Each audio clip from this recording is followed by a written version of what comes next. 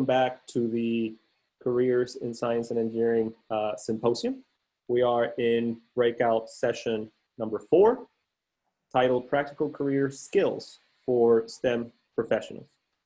In this particular session, we'll be hearing from Clere of the UK Career Centre, who will be giving us remarks about taking the next step, acquiring and developing the skills needed for college, graduate, and professional school applications.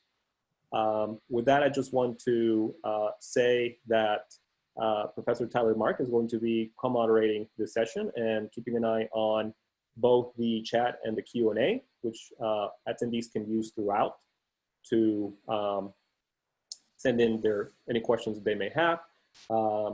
As has been mentioned several times now, all cameras and microphones are disabled. Please keep them this way to avoid bandwidth issues and background noise. Both Tyler and myself can also stop our video just to help with bandwidth when we're done with these remarks. And with that, Ray, the virtual floor is yours. Okay. Well, thank you, Eduardo. I appreciate the introduction. It's good to be with you all this afternoon. Hope you all are enjoying the conference, and I hope this session is beneficial as we talk a bit about skill development that will support preparation for application to graduate professional schools, college. We've tried to capture kind of a broad array of advice because we know that our conference attendance will be ranging from high school through our graduate student population. So hopefully there's something that's useful in this for all parties. So as Eduardo said, I am Ray Clere, Director of the Stuttgart Career Center at UK. That's the University Career Center here. And I just want to give you just a bit of background on me. I am approximately been working in this field for about 15 years. So working first at Indiana University, then in Georgetown College, a small liberal arts college near here, and then the past 5 years plus at UK. And really enjoy assisting students with career services, career development needs. It's a very fulfilling area for me and for, I believe, the university. When it comes to working with students from science, technology, engineering, mathematics, STEM backgrounds, my most concentrated experience in my career has been with my students at Indiana University, where we had students that were specializing in environmental science. And so there were several sub areas within environmental science, whether it be water resources, hydrology, to toxicology. But that was, for me, a great experience, and learned a lot when it comes to those disciplines, and a bit more broadly throughout my career, working with students who are pre-professional, pre-medical, pre-dental, pre-healthcare in general. So that's been my basic background. And for those of you who are joining us that are currently UK students or alumni, hopefully we've had a chance to see you during your time at university. But whether you're a UK student or you're not, we welcome you to stop by and see us. Like a lot of organizations right now, we're working with more restricted measures because of the coronavirus pandemic. But this is our building on campus. We're at 408 Rose Street, which is directly across the street from the Singletary Center for the Arts. So we're not too far from the Student Center and main campus. So with that as intro, wanted to talk about the agenda today and what I hope to cover with the group. Wanted to start by just talking a bit about the career development process and how it relates to skill development and preparation for graduate professional school. Then wanted to talk more specifically about how you might go about acquiring and gaining some of that experience and knowledge, honing those skills. Then wanted to talk about more specifically what to expect when it comes to applications for college, for graduate professional school, all those things.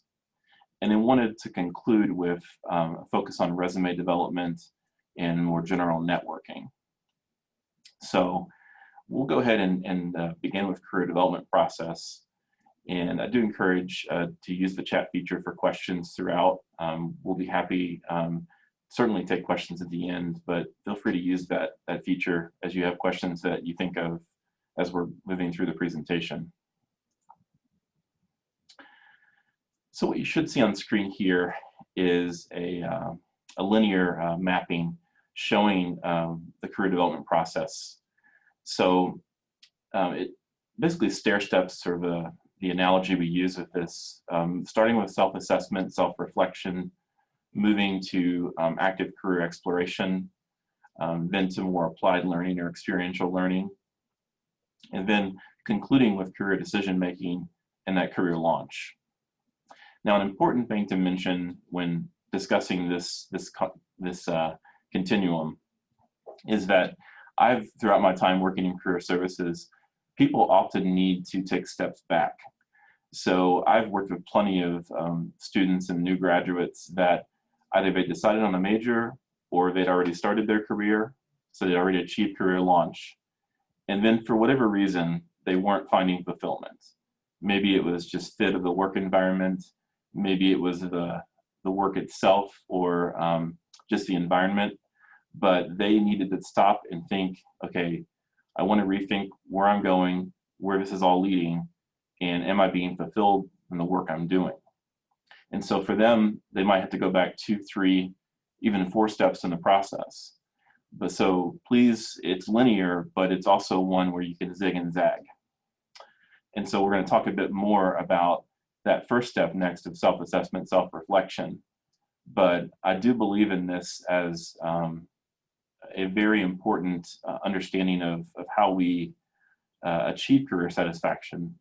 This process, whether it's overt and you're aware of it, or whether it's more in the background, it often plays out for most of us across these steps. So let's talk about the first step, self-assessment, self-reflection. So this is the step that I would, in my experience working in universities, I would say it's the most often neglected. There's just exponential pressure on a lot of our students when they are arriving at university and they're considering what are you going to major in, what discipline are you going to focus your studies in, and those are important questions. But I think that they often push to the side questions of equal importance, which are what are you passionate about? How do you find fulfillment, or what do you find fulfilling to do? And how can you marry that with your academic interests and consider a career planning that's going to lead you to a destination that is going to be fulfilling? And so there's no simplified or magic solution here. It really, though, does call for taking some time to just simply reflect and consider what are you about, and where do you find enjoyment, fulfillment? And there are tools and instruments that we use in the Career Center, and you'll find these nationally at most regional colleges, universities. The few that you see on the screen here, you'll see the logos listed. We have a few career assessments that students can take online. And there's a cost attached to these when students are not enrolled in a university, but they are helpful for discernment of career options. And the 3 that I have on screen here, you'll see the logos for are the MBTI, which is short for Myers-Briggs Type Indicator. It's a personality assessment. It's 93 items. It takes 15 to 20 minutes to complete. And when you go through your results, it tries to map you and say, based on your personality, and you're one of 16 personalities according to the assessment, these are environments and fields that line up well with that personality type. So that's a useful tool. Alongside personality is the idea of career interests, which we have interests in lots of things in life, and career is no different. But the strong interest inventory is the logo you see on screen. And the strong interest inventory is about 190 items. You take it online, and it provides a report mapping you based on your career interests with different work settings and occupations. And so both those together are pretty powerful. The 3rd item you see on the screen there, it's titled Discover Your Strengths with Clifton StrengthsFinder, is the Clifton StrengthsFinder assessment, which takes a approach to assessment, looking at where do you excel, where are you strong, and how can you play to those strengths rather than focusing on all your deficits or areas of improvement. So it's a pretty powerful tool when it comes to really leveraging where you already have gifts and where you already have talents. So all these together are helpful. They're not meant to tell you what you should do or what you should pick or select, but they can be useful for review and discernment of what are the options, and maybe confirming some things you're already thinking of as far as careers or academic pathway. And they might also introduce some new options that you weren't aware of, because they're updated, annually, and they try to incorporate new occupations and new information. And so cumulatively, they provide a lot of review and ability to think about where you fit into the work world. So I'm a strong believer in career assessment as one tool to help students navigate, whether you be undergraduate, coming off of high school, or whether you be a prospective graduate student or a graduate student. So the ones I've mentioned, again, if you're not enrolled in a college or university, often there's a cost attached. There are some free assessments you can take online that, much like the ones I've mentioned, they're not meant to tell you what you should do, but they are meant to help you begin to gather information and make an informed choice. So you see human metrics, and then you see the ONET interest profiler. And ONET is part of the Bureau of Labor Statistics for the federal government, their occupational outlook handbook. And the next slide I have talks just a bit more about that assessment. And so there's a specific part of the ONET assessment that's configured just for students in the STEM professions. And I'm sorry, it's kind of hard to read with the hyperlink, but it's just onetonline.org/find/STEM. And you go there and you can search more specifically within the STEM professions. And what I have on screen there that I'm showing you is just a sample index of professions that it produced when I input one area of interest. And so all these fall within the STEM professions, and might be a good jumping off point for a student who's thinking about different professions and wanting to know how their interests and their personality marry with available occupations. So I do think it's a useful free assessment, the ONET interest profiler. So we're going to move on now and talk just a bit more about like active learning, applied experience, and just where you can maybe seek experience and build out your knowledge, become a more competitive candidate for whether it be college application, graduate school, whatever your goal may be, trying again to pull from a variety of resources for a broad audience today. So we'll start off with job shadowing and volunteering, and some options for where you can gain some of that experience. So when we think back to that chart I had in the second or third slide, talking about the career development process, once you've moved past self-reflection, career and career assessment, you've moved into experiential or career exploration and then experiential learning. And so I think job shadowing and volunteering are two of the best ways to start to acquire a better understanding of what you enjoy, what work you might be best suited for, and to begin to build out your resume and professional portfolio. So again, these hyperlinks, I'm sorry, are a little bit hard to see on a blue background screen, but the first option I have listed is the UK Healthcare Office of Observation and Learning Experience. And we call that OLE for short at UK.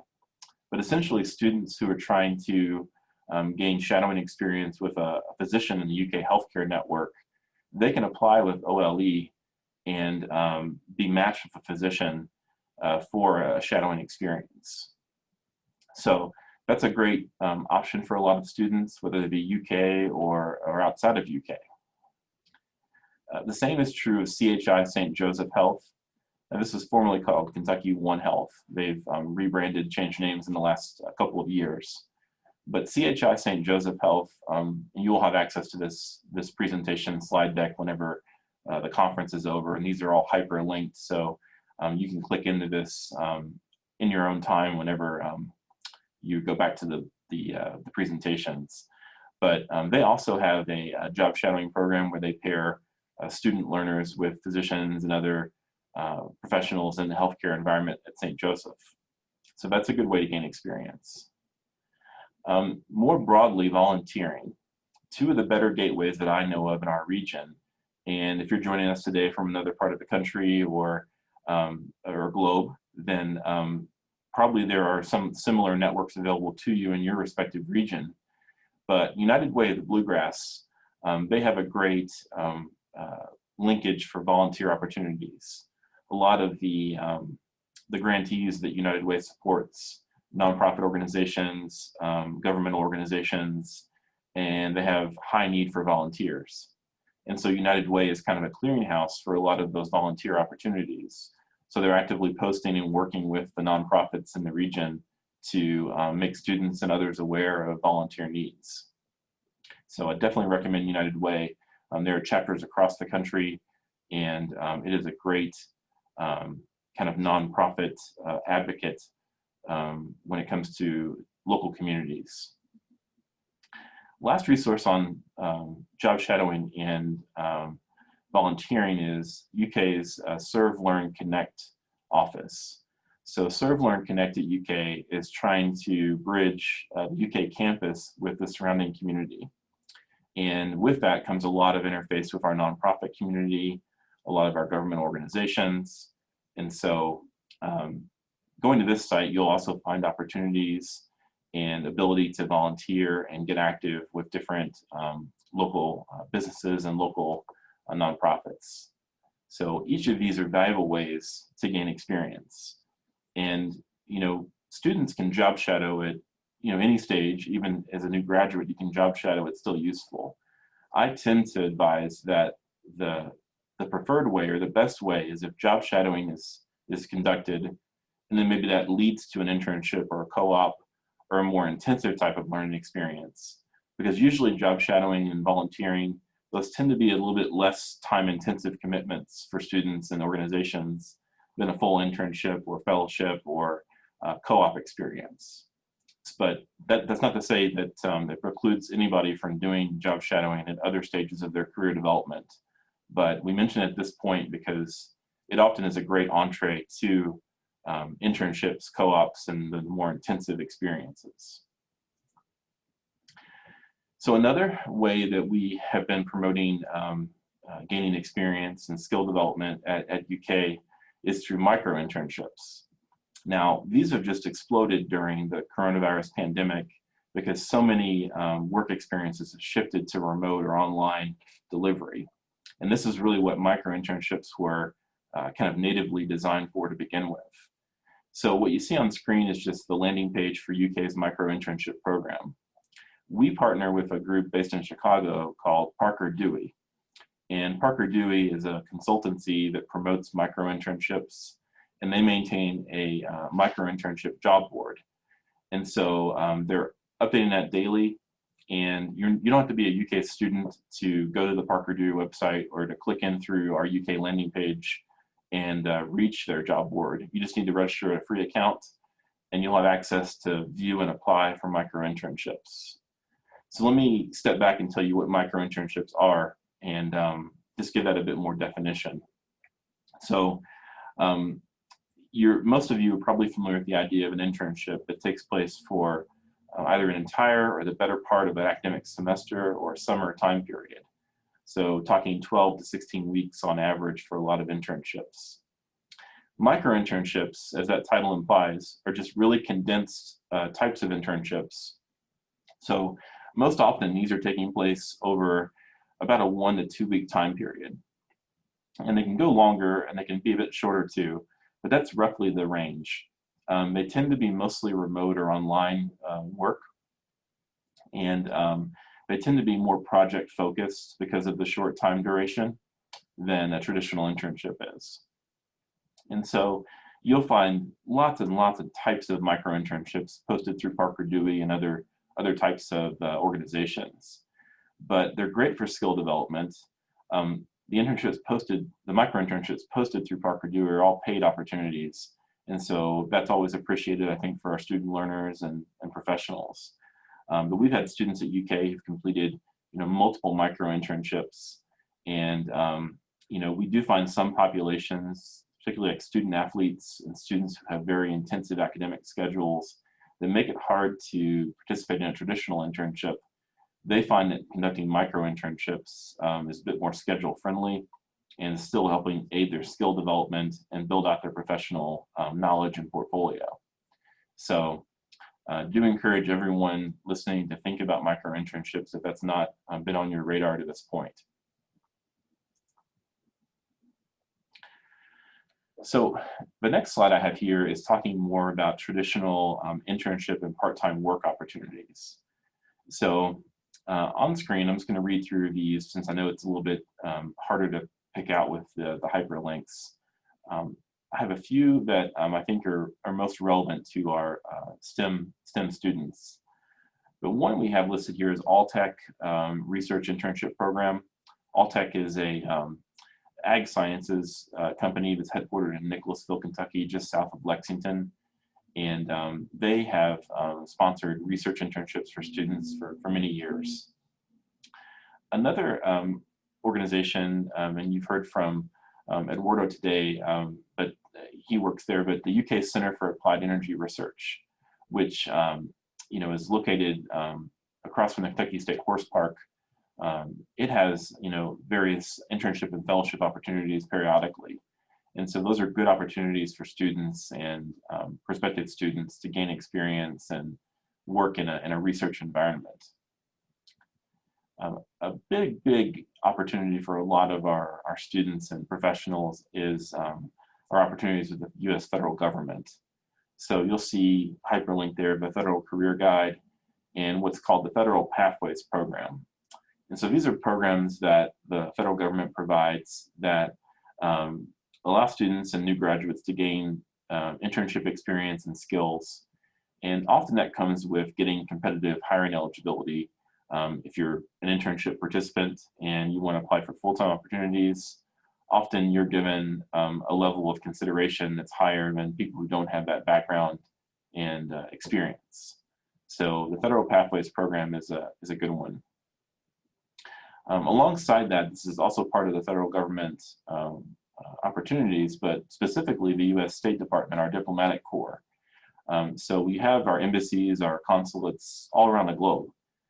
But working alongside those units, you have some that specialize more in STEM-specific professions, specifically their Bureau of Energy Resources, their Bureau of Intelligence and Research, which is also part of Office of Cyber Affairs, and then their Bureau of Oceans and Environmental and Scientific Affairs.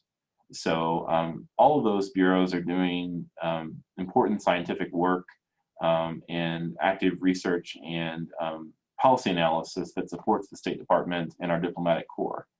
And they have internships fall, summer, spring, and year round. So I do think those are great places to get experience. Also, I'll mention on the federal side, the U.S. Environmental Protection Agency, the EPA. So they've traditionally had a summer internship program, and they have opportunities year-round as well. But EPA is doing important work with environmental regulations and all the work that they're engaged in. So I do think the EPA has a number of great opportunities.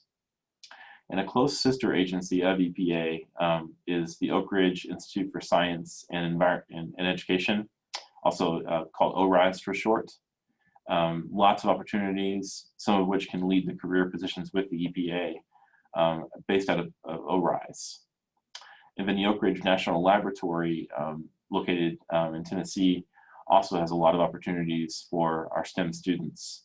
So these are just a snippet of places where you can gain internship and part-time work experience, but mainly wanted to flag these as places that are kind of known quantities for providing quality experience and training for students. And there's many, many more we could talk about, but wanted to put these on your radar today. So in the interest of time, I'm not going to play these videos that I've hyperlinked here, but they'll be available to you post-conference. But essentially, these three links are to brief interviews with professionals working in these fields, IT security, occupational therapy, and mechanical engineering.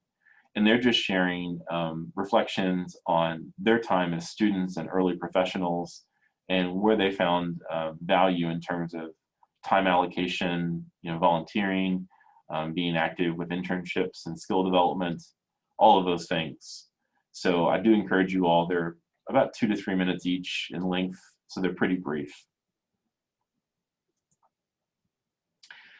So now I wanted to transition over to talking about the actual application process when you're thinking, whether it be college or whether it be graduate professional school, just how to marshal your information and take the right steps when it comes to being prepared.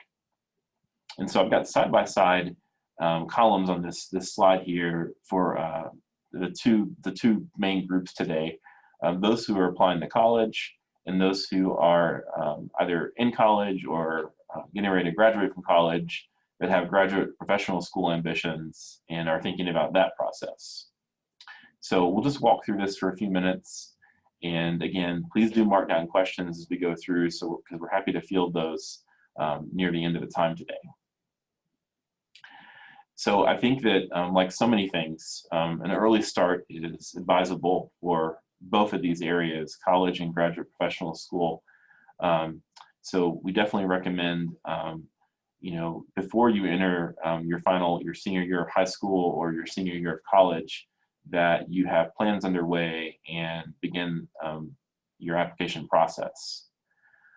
Both levels are going to require some type of standardized exam in most cases.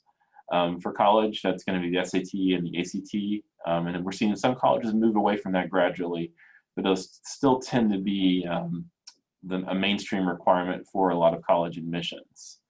For graduate professional school, it's more variant. What you see on the screen, I'll give you a bit more definition for these. The MCAT is a medical school admissions test, or medical college admissions test. The GRE is probably the most broadly used for a lot of graduate study in general. And so lots and lots of disciplines will require a GRE as a application requirement for admissions. The OAT, the PCAT, the VCAT, we have here represented pharmacy, veterinary college, and optometry or ophthalmology. So these different healthcare professions have specialized exams in many cases, and so advanced preparation and getting ready for those exams is really important, in addition to having a good academic record and gaining experience. So no shortage or no substitute really for research and actively reviewing schools and programs that are of interest to you. This can be done a lot online, and even with coronavirus, there often are still opportunities to get on campus and to have a day on campus and sit in on classes and that sort of thing. So I do think for both populations, for those who are pre-college and those who are pre-graduate professional, that's advisable to both do that online research and also try to schedule campus visits. Whether it's through the campus visits or just through correspondence online, it is good to cultivate relationships with professors, faculty members, and to begin to seek out mentors, people who can just give you some pretty candid advice about what your career aspirations might be and whether they see the program that you're thinking about entering as in line with what you want to go and what you want to do. Some of the best advice you'll get, I think. And then often at the high school level and also at the college level, there are different fairs going on where we have programs, college, schools and programs visiting that you can interface with and begin to construct that, what we call a short list. In this current academic year, chances are a lot of those fairs will be held virtually.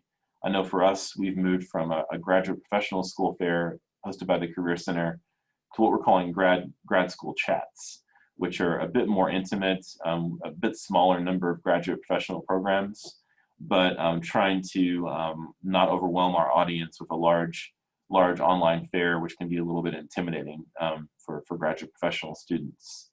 So you're going to see just a lot of virtual events available to begin to connect with graduate professional schools, and also if you're a high school student, with colleges and post-secondary institutions. So definitely recommend participation in those. So when it comes to determining or discerning where you should apply, this is a short list of factors that I'd recommend for consideration.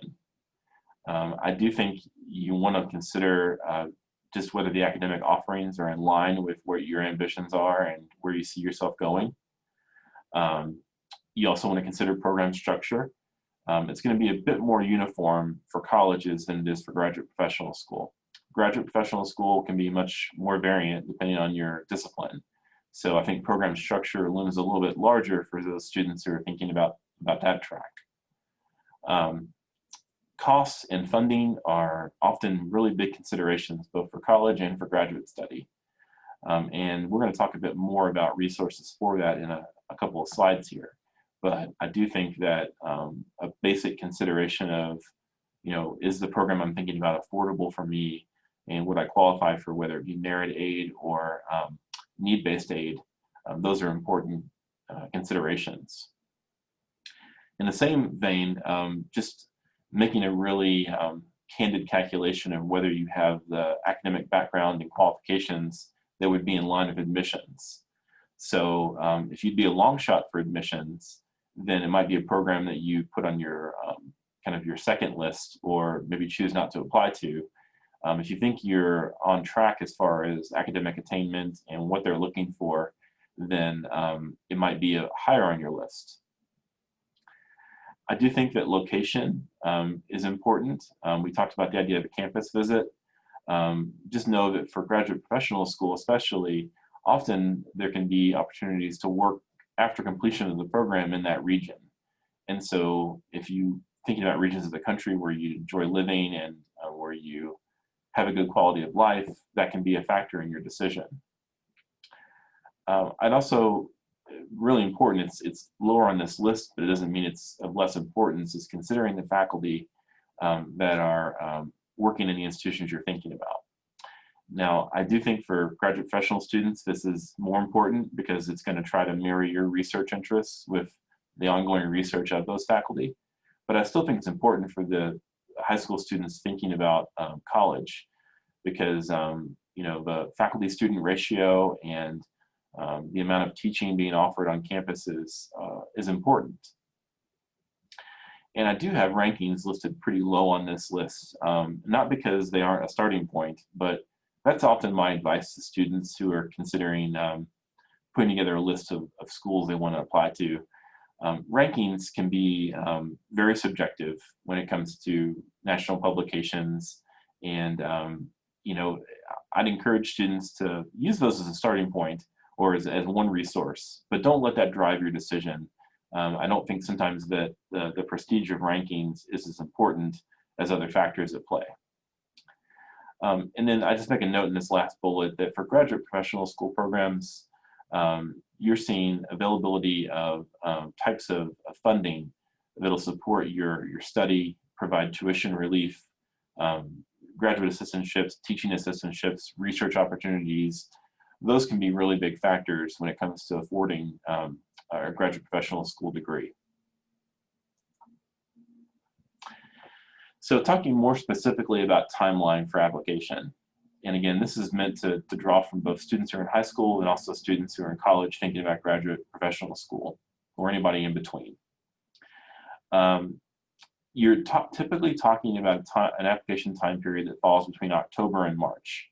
That can be subject to change depending on the school or program you're looking at. Those tend to be the mainline application time periods for the upcoming academic year. So if you know that as an active application time period, you kind of want to work backwards. And you want to think about what I need to assemble or pull together, and what kind of time frame do I need to do so.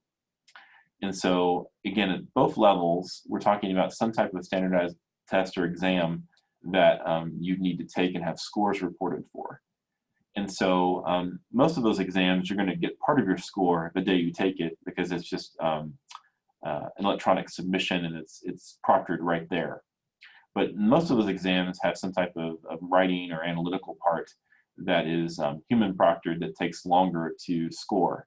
And so for that reason, we recommend at least giving yourself 4 to 6 weeks from your date of exam before you know you'll have your scores received for the exam. We'd also recommend giving yourself some ample time for collecting letters of recommendation from your references. So as a courtesy, my general rule of thumb is give your references about 3 to 4 weeks advance warning before you want to receive a letter of recommendation or ask them to submit it through a clearinghouse or online submission process. So you don't want to rush somebody who's trying to serve as your advocate and act on your behalf as a reference. So I do think giving them that lead time is really important. You also want to factor in time for collecting your transcripts. So especially if you have transferred, whether it be one high school to another or one or more colleges to another, most admissions are going to want all the transcripts, all the academic transcripts that you've had. And so just getting some time to assemble those is important. And then finally, normally a personal statement or statement of purpose is part of your application.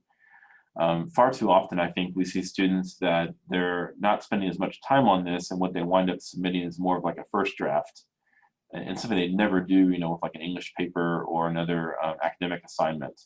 And so we recommend the same type of writing and editorial process that you'd use when you're writing a research paper or a term paper. Go through multiple drafts, get feedback, whether it be us in the Career Center or faculty that you work with or other professionals, and make sure that you work through that diligently and don't just submit a first draft, because it's an important essay. It can really be an important part of your application package.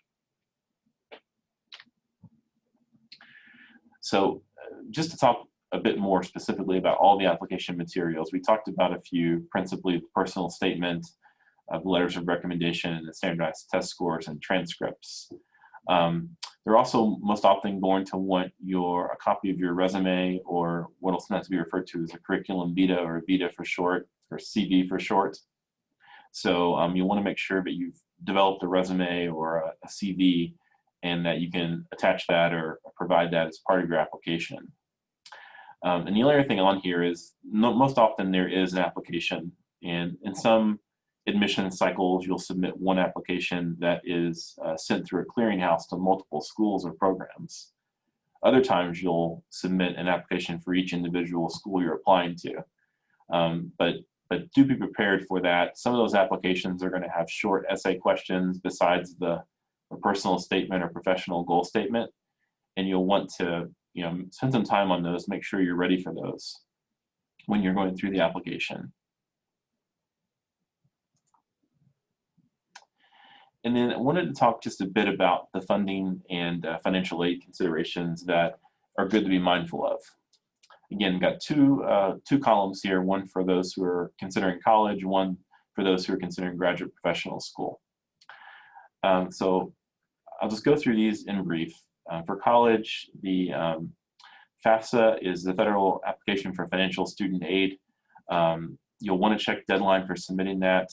This application basically ensures you're eligible for any type of need-based aid, and in some cases it's going to be required for merit aid.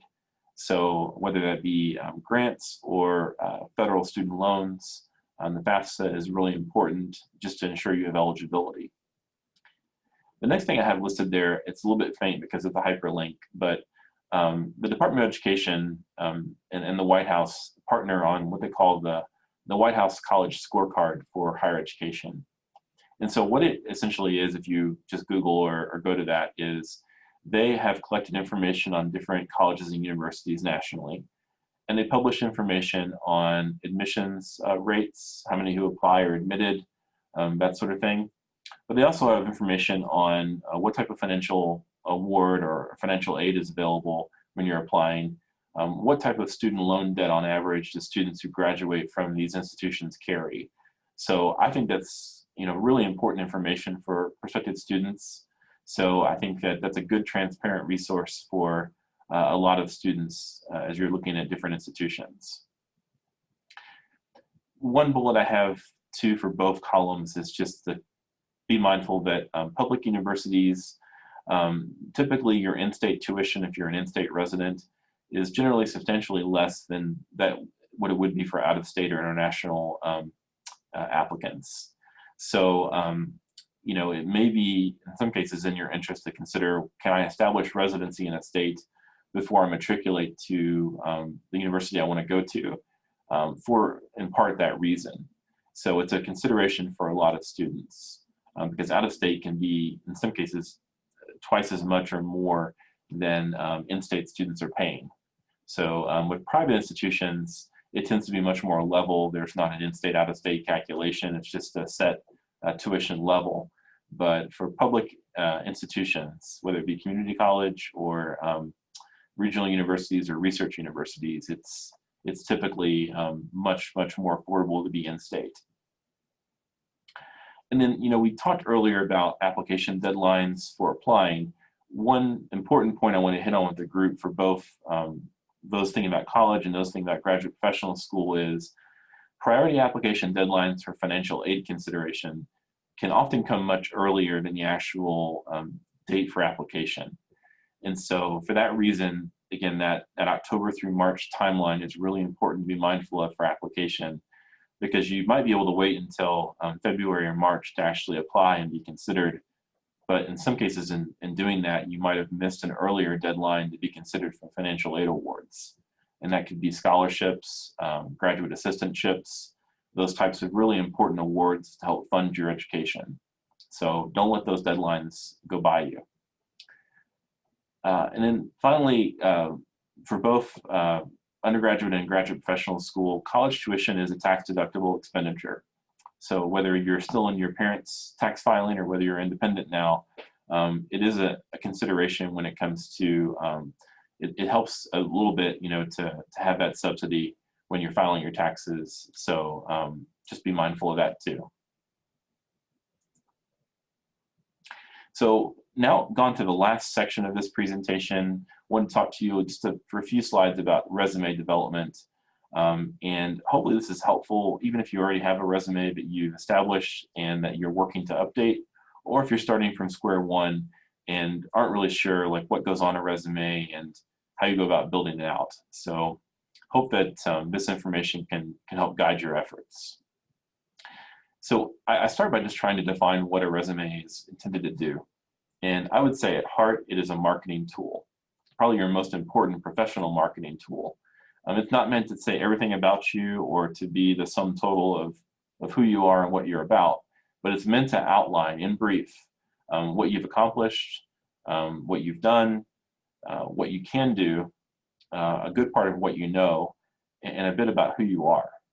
And so again, an outline rather than a full detailed description, but it's very important when you're applying for various opportunities. So let's talk a bit more about what goes in a resume. Since this is a group of STEM students I'm speaking with, a lot of you have had human anatomy or biological sciences, so I'll use the analogy of human anatomy for the makeup or construction of a resume. And so the larger font items you see on the top of the screen here in the first bullets, when you think about the human body, you think about what we term vital organs, things that we can't live without. That's what I try to spotlight here at the top. So regardless of your background or experience, you're going to need contact information so that people know how to reach you and they can begin searching online for information about you. The objective summary, I wouldn't call it a vital organ, but it is, in some cases, you see my notation there of optional. In some cases, it can be really important. And we'll talk more about when it's best applied versus when it's best omitted. And then a summary of your education and a summary of your experience. almost any student is going to need to have these things on their resume, regardless of major or career trajectory. Those are just, again, vital organs for the resume. And then you get into more of the additional categories, which, depending on the student, might take on more or less importance when it comes to how they present themselves and putting their best foot forward. And I won't read through all of those, but you see on the screen what some of those usual suspects might be when it comes to additional categories. So let's start to go through a few of these sections. So let's start with contact information. So here's a sample on screen of what you might have as a header on a resume for your contact info. And so name, mailing address, phone number, most often your mobile number, email, and I would, if you aren't active on LinkedIn, it's a really valuable professional resource to be active in, and I would encourage you to build an account, a profile in there. But if you have a LinkedIn account, a link to your profile is advisable, as it gives a chance to give more information than that resume outline about you. A few things on the contact info. One is if you don't currently have an active school email address, or if you're transitioning out of school soon and that account will be shut off, recommend going to a popular email server, whether that be Google, Yahoo, any of those are definitely dominant when it comes to having a non-university or non-school email address. But recommend something simple like first name dot last name or first initial dot last name. That's good professional kind of courtesy. Also recommend, just for the mobile number you list, just make sure you've got a greeting on there that's professional if they do decide to call you. It's something that when you're in the social life of college or high school, you might have something on there that's just a bit more casual or playful, and you just want to make sure that whatever message that somebody who's calling you that wants to talk to you about an internship or a job, what they're listening to will not detract from your application and your potential. So just one tripwire to kind of be aware of. I'd next mention the idea of an objective statement or summary of skills. So as I'd mentioned, this is optional. I think the driving question here for students is, does your cumulative knowledge, like your education and background, does it already signal why you're applying for the experience? In which case you may not even need an objective. And so what I mean by that is we have education majors who are getting ready to apply for teaching positions, and on their resume we're going to see that they're getting ready to earn their bachelor's in education. We're going to see what level they're going to be earning their certification in. We're going to see their student teaching. We're going to see this body of experience that says this is somebody who's getting ready for a career in education. And so that person really doesn't need an objective. The same would be true of a business major who's majored in accounting, and they're getting ready to begin applying for accounting internships or jobs, and all that information on their resume suggests that's their career path. So when you would want to include an objective is if you decide to maybe go off track from what you've been studying, or to go in a different direction, which is fine and something that we can be supported in. We every year work with students in the Career Center that maybe they've been majoring in business, but now they're thinking about a career in nonprofit work or government, and vice versa. So in those cases, though, it's important to connect the dots and make sure that your audience understands just why you're applying and what your motivation is. So on the next screen, I've got a few examples of what I think good objective statements would relay. What I would start with, though, is to tell you that you want to avoid being too vague or listing something that's not very substantial. Sometimes we'll see seeking a challenging position with potential for growth and advancement. It's fine sentiment, but it doesn't really say anything about what that individual's objectives are, what they're trying to do. So let's look at some examples that I think are a bit more in league with what students in the STEM professions might want to include. And I'll just read these off briefly. So college junior seeking a summer research position in an applied science environment with a focus on alternative and renewable energy resources.